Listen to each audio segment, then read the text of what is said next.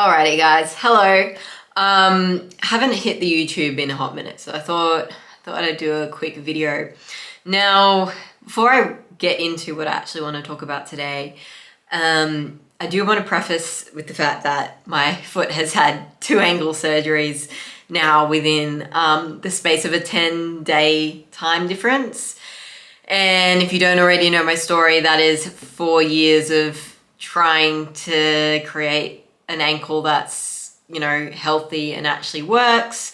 The ankle is also the reason I lost my athletic career. So it's a pretty big deal to me, at least. Whether or not this surgery works, that's unpredictable. But the good news is that the surgery before this one was a test, and the test came back positive. So hopefully this one works. If you don't try though, you never know. And actually that's with reference to weight loss as well, or any sort of health or fitness journey. If you don't try, you never know. So would you rather sit with the feeling of what if, or at least I tried? And that was the same story with me. It was like, well, if I don't try, I never know. So I may as well give it a red hot go and therefore not sit with regret. What I want to talk about today is something that really sparked my brain and my thinking pathway and made me reflect a lot. When I made a recent video about people not having weight loss problems, people not having weight loss issues, their habits just don't align with their goals. And essentially what I want to dig into is the fact that if you do lose the weight and you do heal your health, the habits that are required of you to get there is also a self-developmental journey. However, if you are hindered or you don't want to grow as an individual, I'm sorry, but you're just never going to lose weight. Now, this is with reference to almost any area in life, really. So, quite a few of my clients own businesses, right? Hairdressing, this, that, whatever. And you could think about it in this way. If your business isn't growing and it's kind of stuck, that's most likely because you haven't grown as a person to push the needle forward even more. Or on the flip side, if your business has been growing, but then it falls, that's probably because you weren't able to grow as a person and create the qualities, responsibilities, whatever it is, in order to maintain that and, again, keep pushing the needle forward.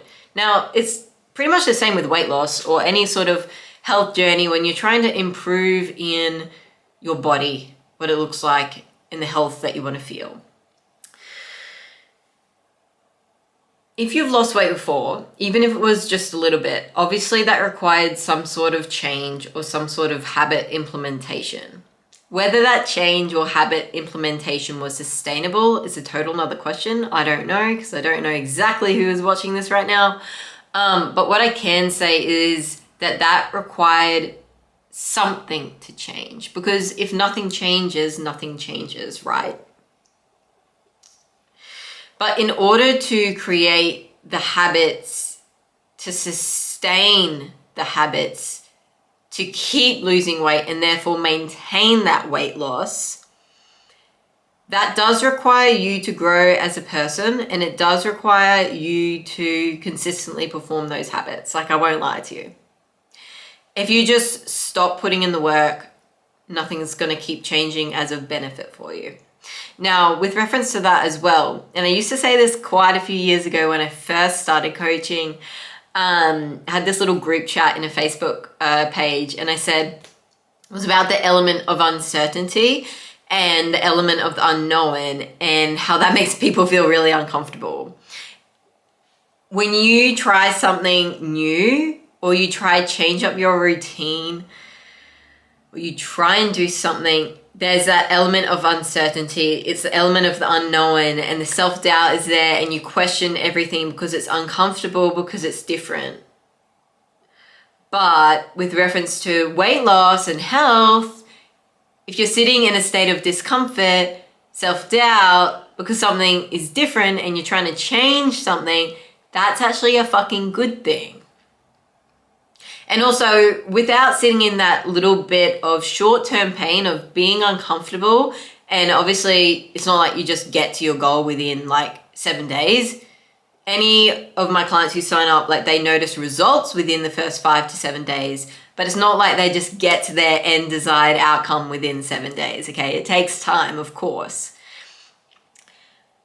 But if you can sit in that short-term pain of implementing some new habits, maybe following a nutrition plan or whatever it is, and you sit in that short-term pain, the long-term gain is that you don't have the pain of staying stuck and staying the same and still being overweight and still having all of these health issues and potentially emotional eating habits or whatever else it is that you struggle with on top of that. So for short-term pain, there is long-term gain. And within the short-term pain, you actually grow as an individual that creates those sustainable habits that helps you maintain the weight loss and therefore progress in your health and fitness long-term. So if you're an intelligent woman, you're going to see how this short-term pain is actually of the best benefit for you. And I'm sure that you could think of a time in your life where, you know, you succeeded in something and it made you really proud. But of course, initially you didn't know if you were going to succeed in it and you didn't know if you would create what you wanted to create, but you did.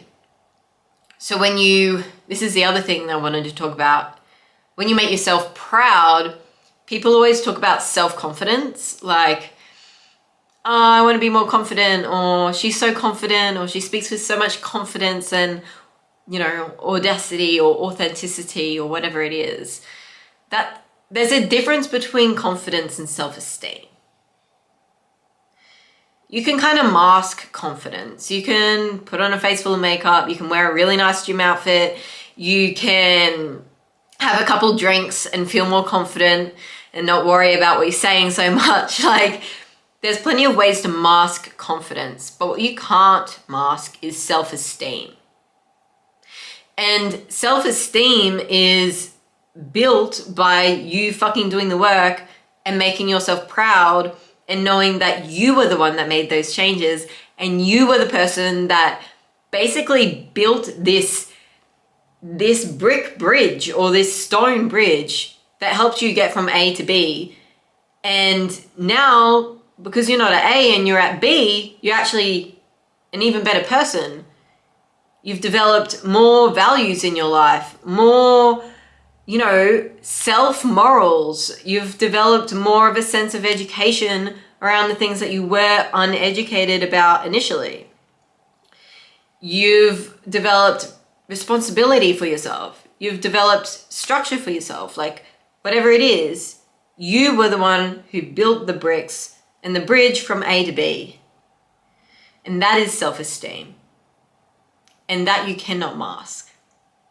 Which is why I believe, you know, when I talk to people or I talk to my clients or I talk to anyone within my life, it doesn't matter whether I have makeup on, it doesn't matter if I'm, you know, in a gym outfit or I'm in my pajamas.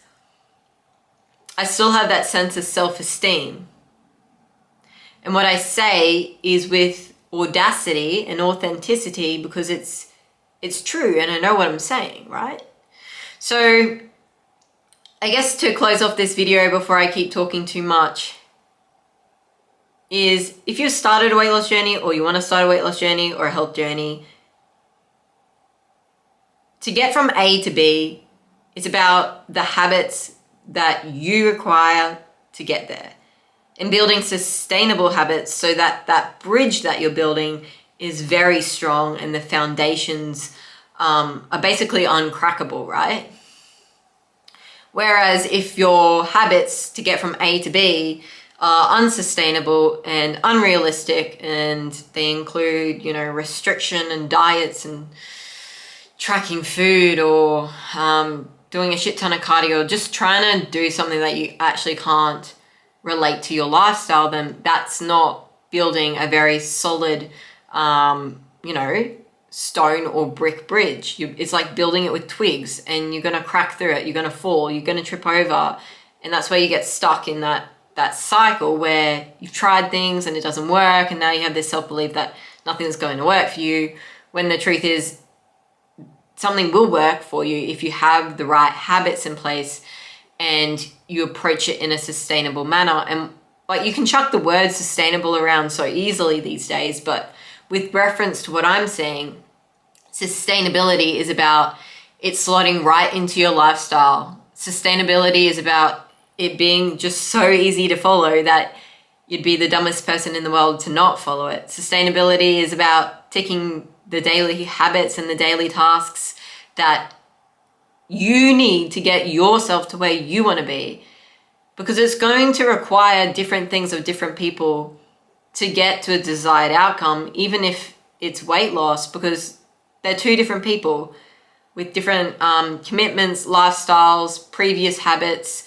upbringings, environments, miseducation, uneducation about food, nutrition, health, maybe different hormonal diagnoses. Like, the list is endless, right? So there is really no one size fits all. But yeah, on the back end of all of that, before I keep going on a rant, if you do truly want to improve and you do want to take yourself from A to B sustainably, and therefore take yourself from B to C and then C to D, rather than A to halfway towards B and then back to A and, you know, stuck in that, again, vicious cycle, you need to realize, one, that in doing so, you're going to grow as a person, which is a great thing. And the reason you grow as a person is because of the habits that you start to consistently perform that benefit you the most specifically to get yourself to where you want to be. So I'm going to leave this video there. Thanks for watching. Thanks for tuning in. Don't forget to hit the follow button if you enjoyed my content. Wow, almost choked on my electrolyte water there. And I'll see you guys in the next video.